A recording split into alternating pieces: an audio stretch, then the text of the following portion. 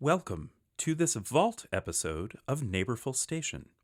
This is the Everyone Playground, one of our most popular episodes, which originally aired last May.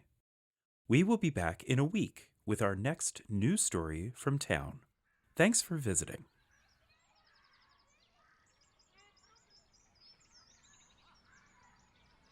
On the last Saturday in May, the weather has arrived in Neighborful Station, seeming confused. The air feels both muggy and slightly chilly, and there are thunderstorms in the forecast for the evening. After lunch on your porch, you decide to chance a visit to the Everyone Playground, located at the end of your block.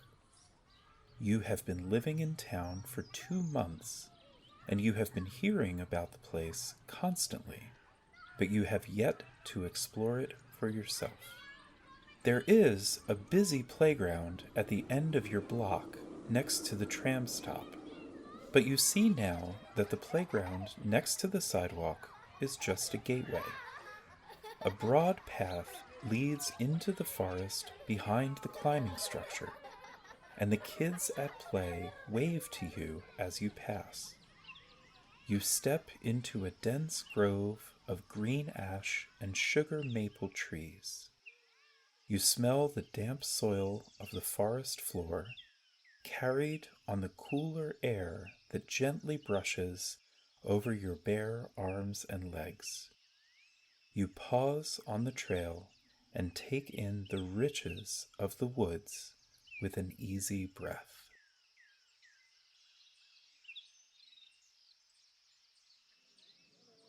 You can see a bright clearing ahead, but around you, the forest is alive with activity.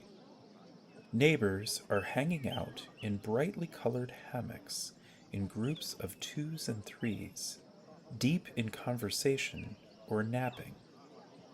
Overhead, a high ropes course threads its way through the tree canopy. Back on the ground, there are picnic tables and Adirondack chairs set away from the path among the rhododendrons. When you reach the clearing, the forest gives way to a huge open space with gently rolling hills surrounded to the east and south by the steep ridge that forms the Neighborful Valley. There is a skate park next to a set of pickleball courts. A metal track snakes its way to the ridgeline, with kids and adults on sleds rocketing down the track into the park. You see a mini golf course, basketball courts, and too many picnic pavilions to count.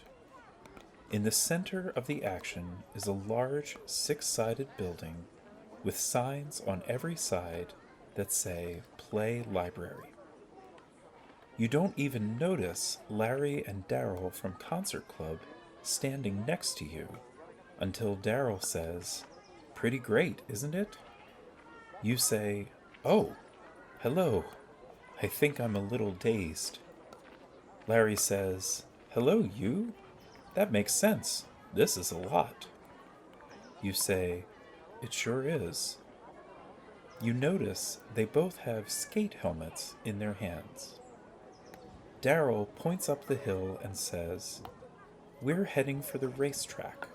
I wonder if you might like to join some middle-aged dads for a bit of racing on grown-up-sized big wheels?" You say, "Yes, if I must." Daryl says, "You must. Let's get you a helmet. The library can help." The 3 of you walk over to the Play Library, where you check out a well-scrubbed helmet for yourself. You ask Larry and Daryl, "Do I need to borrow a big wheel, too?" They shake their heads, and Larry says, "We keep them up at the track." The track in question turns out to be a slightly banked concrete oval with a glass-doored garage where the low-slung metal tricycles are stored and maintained. there is a stand of bleachers on one side with a scattering of spectators sitting on them. 24 big wheels are massed on the track near the starting line. A bored-looking high school kid in a Parks and Rec t-shirt comes out to the head of the pack and says, "All right, the race is 10 laps, no crashing on purpose. Everybody ready?"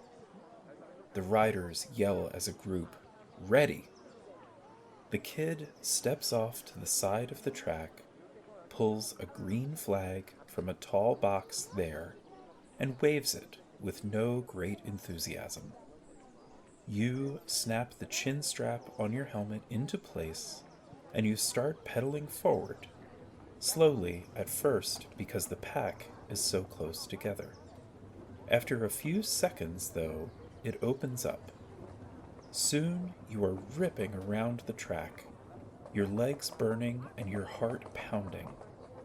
You realize at some point that the big wheel can coast like a bicycle if you stop pedaling for a moment, and as you come out of a corner into the straightaway, you relax your body, delighting in the happy chaos around you, and take an elated breath.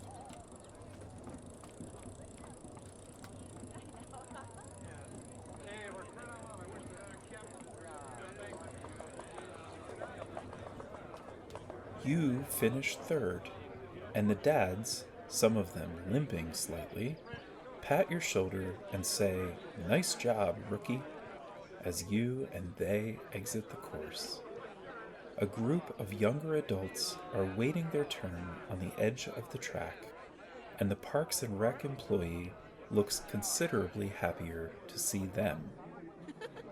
Daryl says to you, "We're heading to a picnic. Care to join us?" You say, "Yes, I'd love to." Their picnic pavilion sits on a bluff overlooking the river and is bursting with people and food.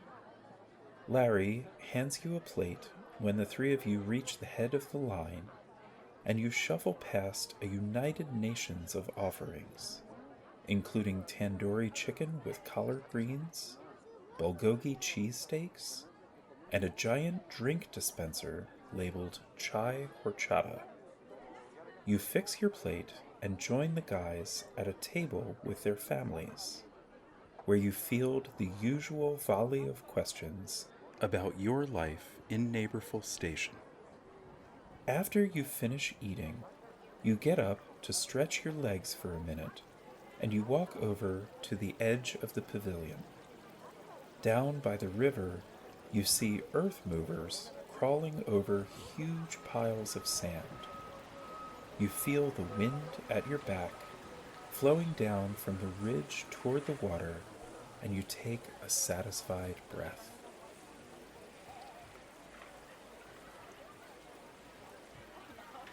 Daryl arrives at your side again, only this time you notice him immediately. He takes in the scene with you and says, "That's the river beach. It opens in 2 weeks. Not quite summer yet, but it's starting to feel that way around here." You say, "Yes, it really is."